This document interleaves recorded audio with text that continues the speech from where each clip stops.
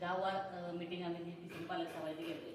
एकंदरीत तुम्ही आता ह्या पालक सभेला उपस्थित होता आणि आमच्या शिक्षकांनी तुम्हाला तुमच्या पाल्यासंबंधी ज्या काही सूचना आहेत त्या फॉर्म आहे फॉर्ममधल्या काही गोष्टी विचारल्या तर तुम्हाला एकंदरीत काय वाटतंय मला या उपक्रमाबद्दल आपली प्रतिक्रिया द्यावी अशी विद्यालयाच्या वतीने मी तुम्हाला विनंती करतो. ठीक आहे. महत्वाचा जो तुम्ही उपक्रम जो राबवला ना की ह्याच्या अगोदर हे कसं घडत नव्हतं, तुम्ही रिअली परिवर्तन केलेलं आहे. ह्याच्या अगोदर विद्यार्थ्यांचे जे पालक आहेत ना स्वतः शाळेमध्ये यायचे, मीटिंग व्हायचे आणि ते व्यवस्थित होतं तिथं नियोजन. पण तुम्ही स्वतः तुमची खुर्ची सोडून किंवा तुमचं आसन सोडून तुम्ही ज्या अर्थी जनतेपर्यंत पोहोचताय, मंदिरापर्यंत पोहोचता म्हणजे तुम्ही घरी आल्यासारखंच आहे रे.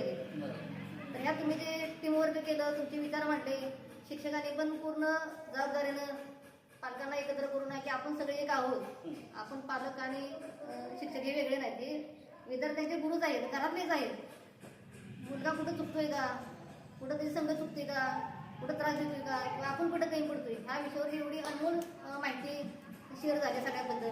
आणि पालकांनी पण मुलांचे जे काही थोडे अडचण होत्या मुलांच्या मोबाईलबद्दलचे जे थोडे पॉईंट होते ते शिक्षकापर्यंत पोहोचवले आणि शिक्षकांनी त्यात तोडगे चांगले काढले.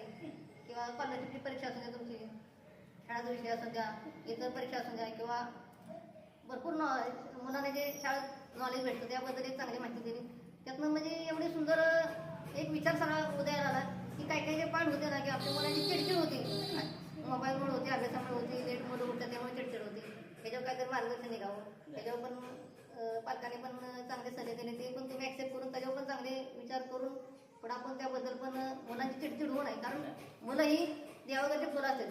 मुलं जर ह्या वयात जर सुंदर राहायला लागली, चांगल्या विचारानं जर उभं राहिले ना तर आपल्या देशाची प्रगती एकदम सुंदर होऊ शकते. कारण विश्व आपले विचार आहे ना, ह्या मुलांचे विचार म्हणजे लहानपणातच आहे ना असे उच्च विचार पाहिजे. हे चिडचिड जर होत राहिले ना तर मुलं कुठेतरी बॅकवर्ड होते तिथे आणि देशासाठी फार मोठा धोका असते. तर याच्यावर सुंदर विचार केलेत की बाबा चिडचिड होऊ नये म्हणून योगा एक शांती मिळेल, एक तास तरी मुलांना शांती मिळावी. ज्यावेळेला मुलं शांत होतं ना त्याला त्याचे विचार चांगले प्रज्वलित होते.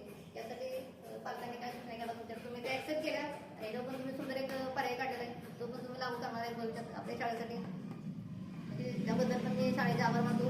आणि मुलं पण रिअली कसे आहेत की काही मुलं आगाऊ पण आहेत. मॅडम म्हणताय की मुलं आगाऊ पण असू द्या, हट्ट पण करून द्या, आगाऊपणा पण करून द्या, तेवढाच फोकस त्यांनी अभ्यासात पण लावलं पाहिजे. असले मुलं आम्हाला फार आवडतात. नुसतंच अभ्यास नको आहे आम्हाला, आगाऊ पण मुलं पाहिजे. का शिवाजी महाराजांकडे काय मावळे होते ना, चांगले पण होते तेवढे रगेल पण होते. म्हणजे अशा दोन्ही विचाराची मुलं पाहिजेत आपल्याला. आणि शाळेमध्ये ॲक्च्युली मुलं आता आहेत तशी. फक्त अभ्यासासाठी आईवडिलांनी पण मुलांना वेळ देणं महत्त्वाचं आहे. TV मोबाईलचा वापर कमी करून मुलांकडे जास्त फोकस देणं महत्त्वाचं आहे. आणि एका विचारानं जर सर्व राहिलं तर आपण म्हणजे सर्वजणच आनंदात राहू, हाच आपला महत्त्वाचा आहे, पाठीमागचा मुद्दा आहे. ठीक आहे, धन्यवाद.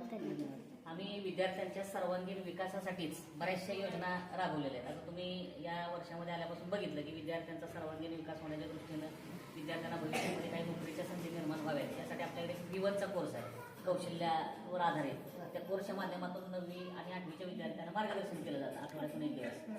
त्यानंतर या वर्षामध्ये आपण पोलीस मिलिटरी भरती पूर्व प्रशिक्षण सुरू केलं. त्याच्यामध्ये जवळजवळ 60-70 विद्यार्थी सहभागी झाले.